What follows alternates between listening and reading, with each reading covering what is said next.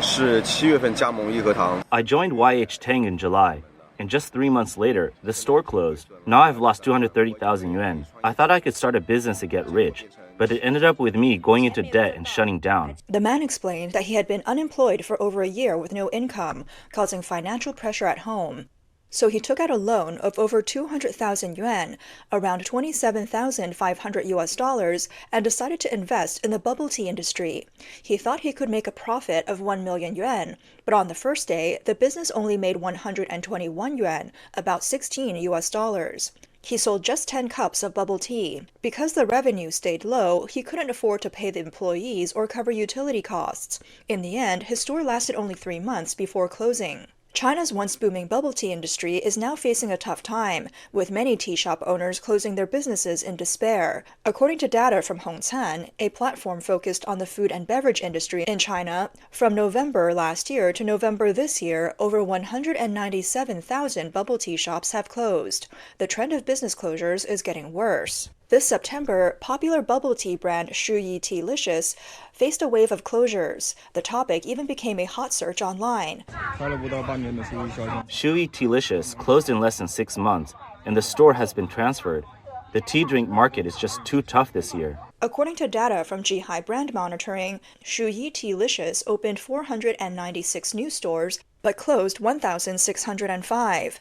By the end of June, they had 7,411 stores, but by the end of July, only 6,294 were still open, nearly a loss of 1,100 stores in just 1 month. In Shanghai, only 6 stores remain open, and they're located in remote areas. In Hangzhou, there are only 18 stores left. The bubble tea industry is facing tough times, and Shuyi Tealicious is not the only one struggling. Several other major tea brands have also been closing stores. For example, Cha Panda, which went public in April, opened 826 new franchise stores but closed 245. That's about 1 store closure for every 3.4 new stores opened. Nayuki, the first tea stock in China, closed 89 direct operated stores in the 3rd quarter of this year, and shut down all stores of its sub-brand Tai Gai earlier this year. Other tea brands that haven't gone public haven't shared official data, but third-party statistics show that many leading brands are also closing more stores than they open. The peak of closures occurred in the 2nd and 3rd quarters, just before the summer consumer season in southern China ended. Many stores that were struggling with low profits had to shut down. This wave of closures has affected not only top-tier brands, but also many franchise owners and entrepreneurs who entered the bubble tea market hoping to start their own businesses. In the first half of this year, there was a lot of buzz when Xie Yao, the founder of the popular tea brand Yuan Zhenzhen, selling tea on the street. Yuan Zhenzhen, founded in 2019, had once opened 300 stores and earned nearly 40 million yuan, around 5.5 million US dollars in annual revenue at its peak. However, since the first half of 2022, their performance sharply declined, and the company faced a financial crisis, leading to the closure of many stores. By the time the last direct-operated store closed in 2023, Yuan Zhenzhen had lost over 10 million yuan. The founder, Xie Yao, ended up selling tea on the street. I want to apologize to all the franchise owners who trusted me. Because of my own lack of ability and misunderstanding, everyone had to suffer. I once managed over 30 stores and 100 employees, but now I have to sell tea on the street. This tough experience has happened to many young people who had dreams of starting their own businesses. Wang spent all her savings over 5 years to open her own bubble tea shop. She designed the logo and packaging herself, found suppliers for the ingredients, and managed everything on her own. After struggling for over a year, she lost 300,000 yuan, about 41,000 US dollars. In late August, she chose to close up shop and cut her losses. Wang explained that, after switching from the agricultural industry to the food and beverage industry, she thought mastering the recipe and supply chain would be enough to run a successful bubble tea shop.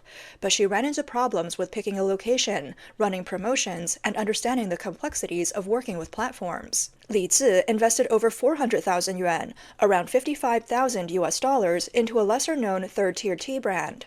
The shop opened in February, but by August, it closed after about 6 months in business. After closing, Li Zi posted on social media, accusing the brand's headquarters of not delivering on promises of support. She said their operational strategies were just cheap promotions, and the brand didn't care about its image. Since August last year, Bing joined a popular top-tier brand and opened 3 franchise stores. By October this year, she had already lost 2 million yuan, around $275. By the end of November, Bing shared that she was about to close one of the stores. Due to ongoing conflicts with the brand, Bing posted a series of complaints on social media. At the same time, once popular brands and regional chains are also struggling. For example, the yogurt cow expanded quickly in 2022 and once had over 1,000 stores. But this year, the growth slowed down, and they exited 30 cities in the first half of the year. Peachful, which once had a solid reputation, closed stores in cities like Hangzhou and Beijing, reducing the number of stores from 230 to just about 10. Hero Tang Tea, a pioneering bubble tea brand, once had over 2,000 stores, but now has fewer than 200, with closures happening rapidly. If you ask business owners how long a bubble tea shop can survive these days, the answers keep getting shorter, from 1 year to 6 months to just 3 months. Surviving for a year or so now seems like a big achievement. While franchise owners and entrepreneurs have only seen a small part of the story, second-hand equipment recyclers, also known as restaurant undertakers, have witnessed many painful cases. Liu Ge, who runs a second-hand equipment business in Chengdu, said that after the National Day holiday in October, Chengdu saw a brutal wave of bubble tea shop closures. Many well-known franchise brands have become regular customers of his business. One day, he had to take equipment from 5 stores of the same brand to their final resting place. Liu Ge commented that no bubble tea brand has escaped the curse of National Day. In Foshan, Fei, who works in the recycling industry, noticed that in the past 6 months, the number of equipment recycling videos he posted on social media has far outnumbered the videos of equipment sales. In mid-October, he recovered bubble tea equipment from a mall in Foshan. The shop owner had bought the equipment from him just over a month earlier, and it was still almost new. Some shops closed in less than a month, and he was surprised to see equipment already being passed on to someone else. Xiao Wu, who also works in restaurant equipment recycling, noticed that it's no longer just individual stores closing, but entire branches of stores shutting down. Recently, in Changsha, he recycled equipment from 3 new top-tier bubble tea franchise stores, all run by the same franchisee. According to Xiao Wu, the losses of these stores totaled in the millions. It's no exaggeration to say that the wave of bubble tea shop closures is even affecting the second-hand equipment recycling industry. As Liu Ge put it, the equipment just can't be collected fast enough. With so much equipment to recycle, second-hand recyclers are no longer accepting everything that comes their way. Independent small shops are closing one after another, and even franchise stores and company-operated locations of top brands are struggling. A large number of people working in the tea industry are now caught in a brutal survival game with no way out. This situation leads us to ask, how did the once booming bubble tea business fall into such a state? First, reports suggest that the crisis in the bubble tea industry today is due to fierce competition. In recent years, the tea industry entered an accelerated expansion phase, with countless brands rushing to open new stores. At the same time, due to mass layoffs, bankruptcies, and small business closures in China, job opportunities have decreased, directly affecting young workers and university students. Many young people joined the bubble tea entrepreneurial wave. Public data shows that in the first half of 2023 alone, several top brands set goals of opening thousands of stores, with many planning to add over 3,000 stores that year. This means, on average, at least 8 stores had to open every day. However, as more brands emerge, bubble tea offerings have become increasingly homogenized. Recently, social media platforms like Xiaohongshu and Douyin sparked a trend of making signature bubble tea products at home. Netizens realized that the ingredients, recipes, and quality control of bubble tea aren't really secret or hard to master. Without much difference in taste, customer loyalty quickly disappears. At this point, brands have only one strategy left: cutting prices. Statistics show that since 2021, the average transaction value of nearly 30 domestic bubble tea brands over the past 3 years has dropped. Excluding the already low-priced Mishra premium brands like Nayuki and Haiti have seen their average transaction prices drop by at least 10 yuan, approximately $1.4. Even brands that target the middle to low-end market, such as Coco, further lowered their prices. This year, the price war among new tea brands has intensified, with some products and promotions dropping to as low as 10 yuan, becoming common practice for mid-tier brands. More and more brands are edging toward prices less than 10 yuan, which is where Mishra Bingcheng operates. Analysis shows that while price wars might boost traffic and sales in the short term, they inevitably hurt profits and, to some extent, shift the competitive pressure onto employees and franchisees. The severe internal competition among top brands and the ongoing price war are rapidly squeezing out independent small shops. In first-tier cities, where the tea industry is highly franchised, even county towns and villages are being occupied, driving small local businesses out of the market. Due to limited financial strength, most small shops face the inevitable fate of being pushed out. In conclusion, large-scale competition has led to an oversupply in the market.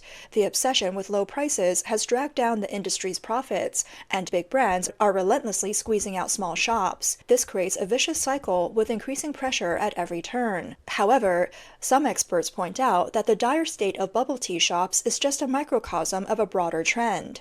Economic downturns are expected to be the fundamental cause of closures in bubble tea shops and other physical restaurants in the future. Economist Li Hengqing at the Institute of Information and Strategic Studies in Maryland believes that China's overall economic environment is poor, and most people no longer have the same purchasing power as before. The middle class, which is the main consumer group, is facing multiple challenges, including layoffs, salary cuts, and asset devaluation. Li Hengqing gave an example, saying that the pressure on China's middle class is now almost as severe as it is for the lowest income groups. Many of them have mortgages, and the overall real estate crisis has turned what they thought was an asset into a massive liability.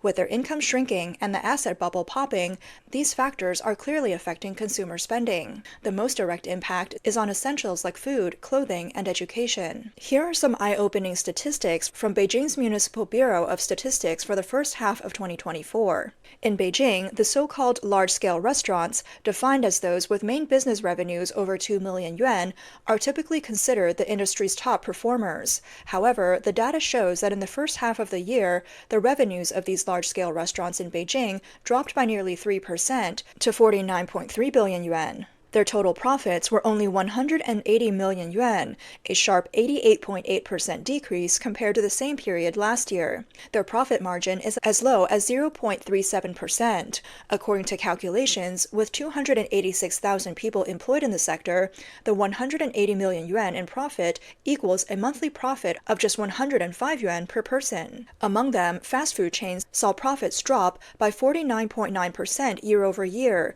to 240 million yuan, while beverage and cold drink businesses saw a dramatic 86.1% decrease, with profits down to 26 million yuan.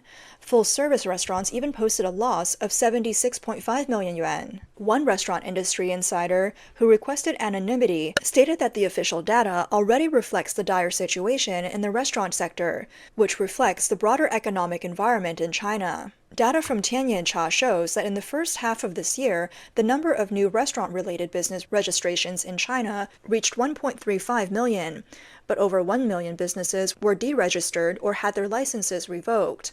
In Shanghai, China's largest financial hub, the restaurant and hospitality industry's large-scale businesses lost around $150 million in the first quarter of 2024 and 770 million yuan in the second quarter. High-end dining is especially vulnerable, unable to withstand the economic downturn. According to reports, the number of restaurants in Shanghai with an average per-person price of over 500 yuan dropped from more than 2,700 in May of last year to just over 1,400 by July of this year. Restaurants still struggling to survive are slashing prices to attract more customers, in an attempt to avoid being frozen out by the long-lasting economic winter. Once high-income groups are no longer frequenting upscale restaurants, those businesses must lower their prices to draw in consumers. Ordinary people, feeling the financial strain, are cutting back on dining out.